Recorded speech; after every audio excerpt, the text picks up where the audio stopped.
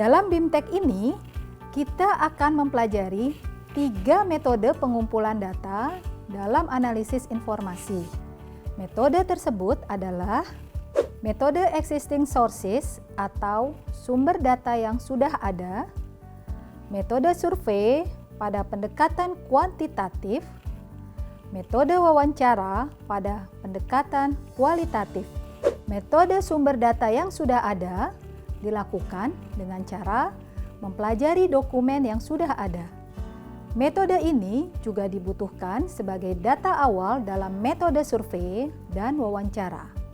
Untuk mempermudah memahami metode sumber data yang sudah ada, kita akan mengelompokkan sumber data tersebut menjadi 2. 1. Dokumen internal, diantaranya data sirkulasi, data keanggotaan, laporan tahunan perpustakaan, data layanan online perpustakaan, dan sebagainya.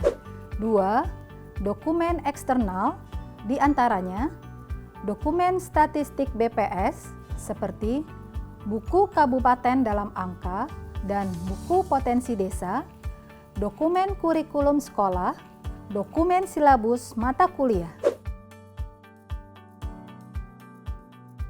Metode berikutnya adalah metode survei. Metode ini berguna untuk menelusuri pola kebiasaan dan kecenderungan pemustaka saat ini, serta untuk melihat tren. Kelebihan dari metode ini, alat bantu pengumpulan datanya yang berupa kuesioner dapat digunakan lagi pada kegiatan analisis di tahun selanjutnya. Dalam metode survei, data diperoleh dari pengisian kuesioner oleh responden. Responden merupakan sampel yang diambil dari populasi. Lalu, apakah yang dimaksud dengan populasi dan sampel? Menurut Morrison, 2012, populasi dapat didefinisikan sebagai suatu kumpulan subjek, variabel, konsep, atau fenomena. Sementara, sampel merupakan bagian dari populasi yang mewakili keseluruhan anggota populasi yang bersifat representatif. Populasi dapat dikelompokkan dalam 2 jenis, yaitu populasi seragam. Pada populasi ini direkomendasikan untuk melakukan pengambilan sampel secara acak, di mana setiap populasi memiliki kesempatan yang sama untuk dijadikan sampel. Contoh populasi yang seragam adalah pemustaka di perpustakaan sekolah yang rata-rata populasinya adalah siswa. Populasi beragam. Pada populasi ini direkomendasikan untuk melakukan pengambilan sampel berstrata, di mana sampel yang diambil merupakan perwakilan dari berbagai kelas atau strata yang ada di populasi. Contoh populasi yang beragam adalah pemustaka di perpustakaan umum, di mana pemustakanya ada yang berstatus pelajar, mahasiswa, pekerja kantoran, petani, dan sebagainya. Maka dari itu, pada metode survei kita perlu mengenali populasi. Misalnya di perpustakaan umum kabupaten, populasinya adalah seluruh masyarakat yang ada di kabupaten tersebut. Dari mana data populasi diperoleh? Di perpustakaan umum, contohnya adalah dokumen BPS. Di perpustakaan perguruan tinggi, contohnya adalah data kemahasiswaan. Terakhir adalah metode wawancara. Metode ini berguna untuk menggambarkan respon emosional dari informan terhadap suatu situasi.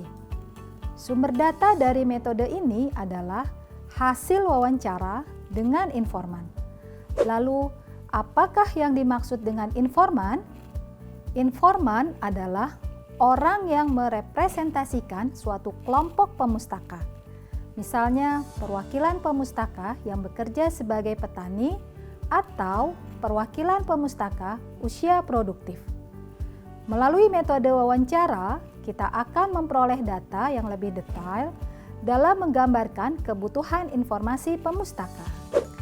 Selanjutnya, kita akan membahas alat bantu pada masing-masing metode tersebut.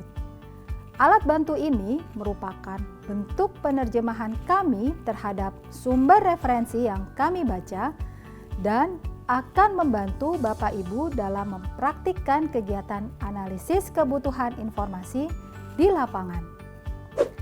Pada metode sumber data yang sudah ada, kita akan menggunakan lembar deskripsi data yang sudah ada, lembar matriks 2 dimensi atau two-dimension matrix, dan lembar laporan.